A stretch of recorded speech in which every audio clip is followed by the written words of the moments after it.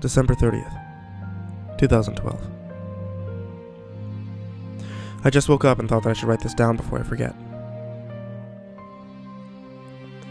I haven't been sleeping that much lately, which is why I'm just not now waking up. The paranoia and fear is just getting worse, and the case goes on. I had this really weird dream. I was in a field, just a field like you would normally think of when you think about fields. Trees everywhere with shrubs at their bases. There were some deer off in the distance, and I could hear birds chirping. The sun was shining. As I stood there thinking about how this would be a good place to come and think, I started thinking about my childhood. I used to come to a field just like this and play with my dogs. They loved to play fetch in the grass. When it was really tall, they loved to sneak up on me and leap over the grass like gazelles. I thought that it was a dream about that. But as soon as the sun vanished and the clouds covered the air, I knew this was no dream, but a nightmare. And not one that was about my dog-filled childhood. When the clouds covered the skies, the plants all died. The trees lost their leaves, the grass turned brown, the flowers wilted where they stood. The deer dropped dead, and the birds fell from the sky. There was a smell in the air I couldn't even begin to describe. It was so disgusting, beyond disgusting, like rotten flesh and rotten eggs and rotten milk all combined. I watched as all the deer dropped to the ground. I ran to them, thinking that there could be a way for me to help. When I got there was nothing I could do. Their flesh was already rotting. Parasites had already come to eat the meat off their bones. Suddenly I heard a loud, low groan sound. It was coming from all around me. It sounded like it was coming from the trees. I couldn't escape it by running. It just got louder and louder the longer I was in the field. I saw some concrete stairs going into the ground. I watched myself run. I kept switching from first person to third person. It was really disorienting. I kept going towards the stairs and then hurried down them. At the bottom of the stairs, there was a beat-up wooden door. Something told me that I shouldn't open the door, no matter how badly I wanted to escape the groaning sound, that I should force myself to wake up and just keep going on with my life without opening the door. But of course, like in all nightmares and typical Hollywood teen screams, your gut is ignored. I opened the door. It creaked and it felt like it was going to fall off its hinges. There were scratches all over the back side of it, like someone had been trying to escape. It was cold as I entered the hallway the door led to. Ice cold. I shivered. I didn't know if I was shivering from fear or from the cold. Everything. Either one was entirely plausible. I closed the door behind me, and the groaning stopped instantly. It was pitch black dark, but I walked down the hall anyways. I tried to move quickly, but my feet felt like they were made of lead. It felt like each step took 5 minutes. It was driving me crazy. I put my hands on the walls to guide me. I felt inscriptions on the wall, but I couldn't tell what they said. I patted my pockets to see if my cell phone was there. It was. So I pulled it out of my pocket, and when I went to open it to shine the light on the wall, it shocked me and I dropped it. I winced and shook my hand to get the pain to stop. I went to pick it up off the ground, but it turned to dust as my hand touched it.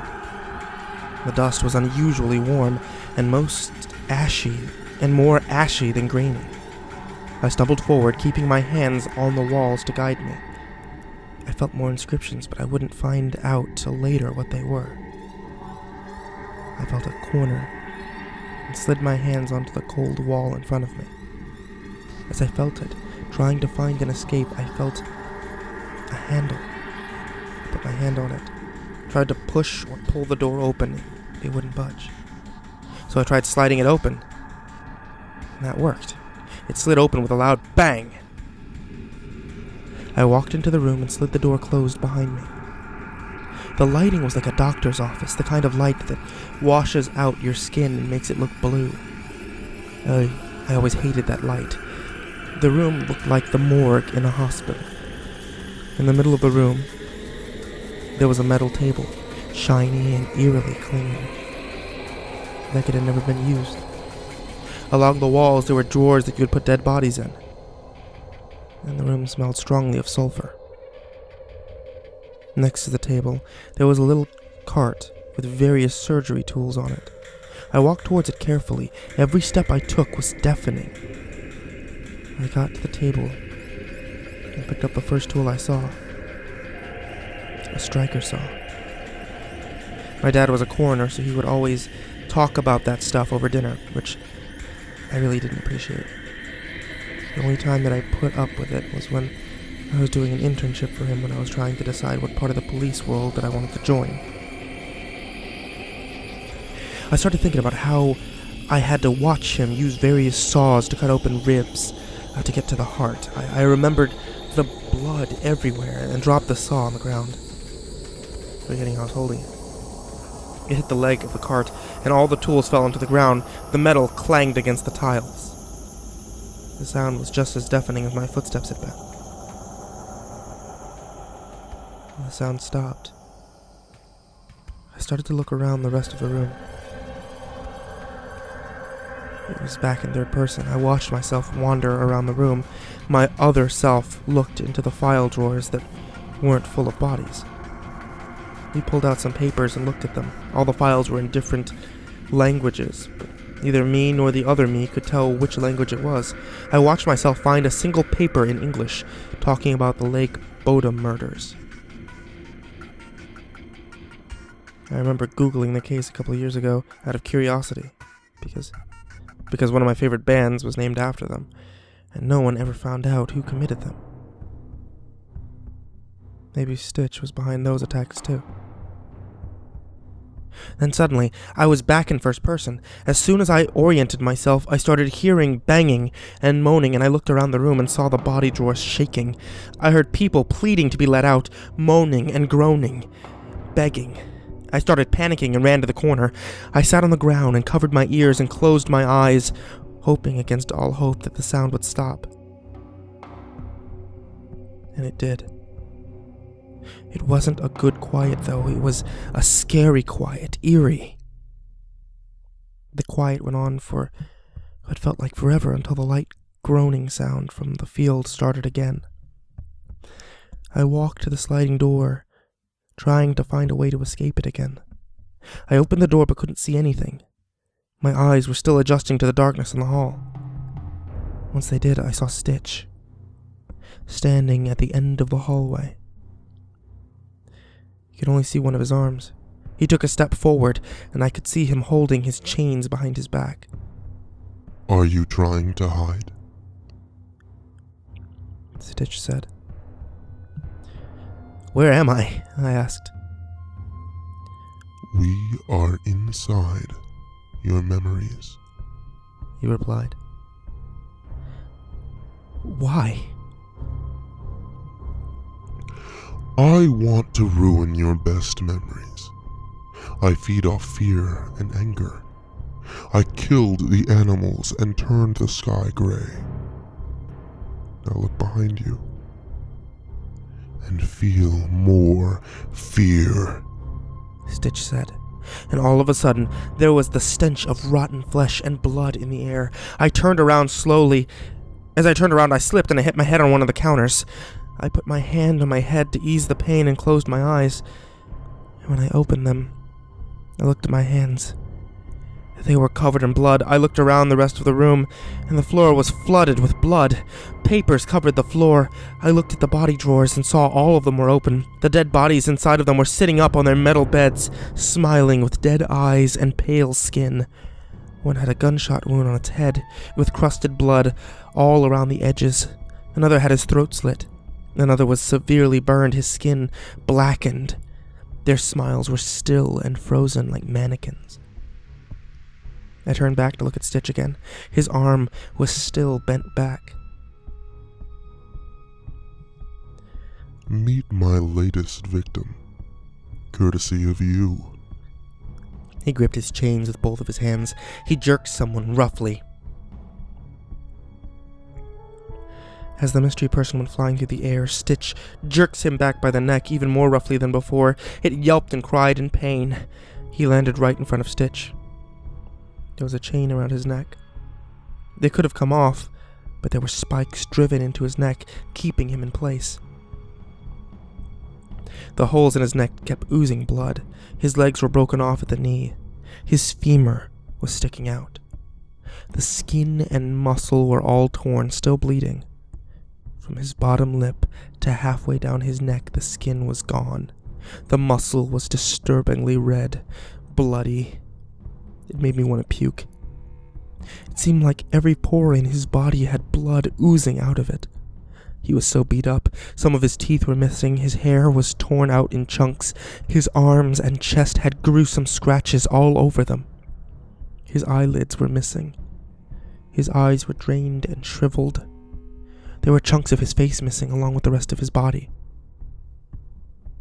"You know who I am," Stitch's victim said. "No, I don't," I said quietly. "Yes, you do. You watched me get taken away." "Repetitive routine," he said. Then it hit me. I recognized his short brown hair with its slight curl. I felt a fit of tears coming and held them back, and suddenly, repetitive routine came loose and started bounding towards me. He ran on his fists like an ape. While he ran, he screamed blood-curdling screams. Terrified, I stumbled back and ran as fast as I could to the corner of the morgue-like room. I slammed the door, and as soon as the sound rang through my ears, I woke up. Or at least I thought I did.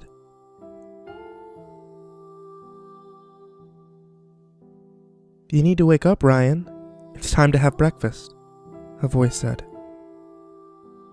I found myself in my childhood bedroom, cuddled up in my Scooby-Doo sheets. I rolled over and saw my mom watching me. Before I could answer her, Stitch came up behind her. He loomed over her. He was wearing a blue button-up shirt and slacks. He put his hand on her shoulder. She put hers over his. "Hey, honey. I'm just trying to wake up Ryan," she said. Wake up, son. Stitch said. Stitch was playing the part of my dad. My mom couldn't even tell that my dad wasn't there. She couldn't tell what was coming for her. Naked again, Stitch tore her skin off in one piece and danced with it, laughing. I was frozen in terror, and even with her skin missing, my mom stood there, smiling. After a little bit of dancing, he tore her skin in half. The back of her landed on the floor, and he held up the front. Before him, he put his eyes where hers should be, wore her like a mask. "Good morning, baby," he said, mocking my mother's voice. He stuck his tongue through her lips and wiggled it around at me like a child and started laughing again, even louder, all the while my mother was standing there, all neat, just looking at me. Stitch dropped the rest of her skin on the ground and grabbed her veins from her ankles and wrists. He wrapped them together and swung her around, her feet touching her hands. As he swung her around, her blood splattered all over the room. It flung onto my face and I nearly threw up.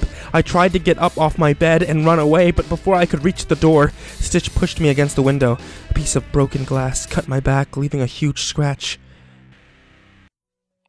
I woke up for real then, drenched in sweat.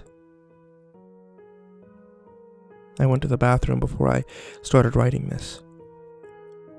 The cut was on my back. I'm gonna go to the hospital now and get this checked out. I just thought of this. My dad's still alive. Why was Stitch pretending to be him in my dream if he's still there?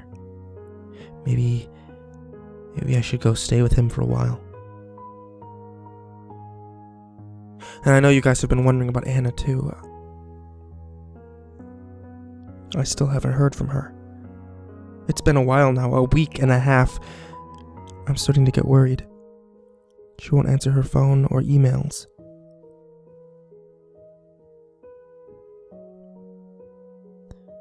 There isn't even anyone there when I go knock on her door. This is getting distressing. What should I do?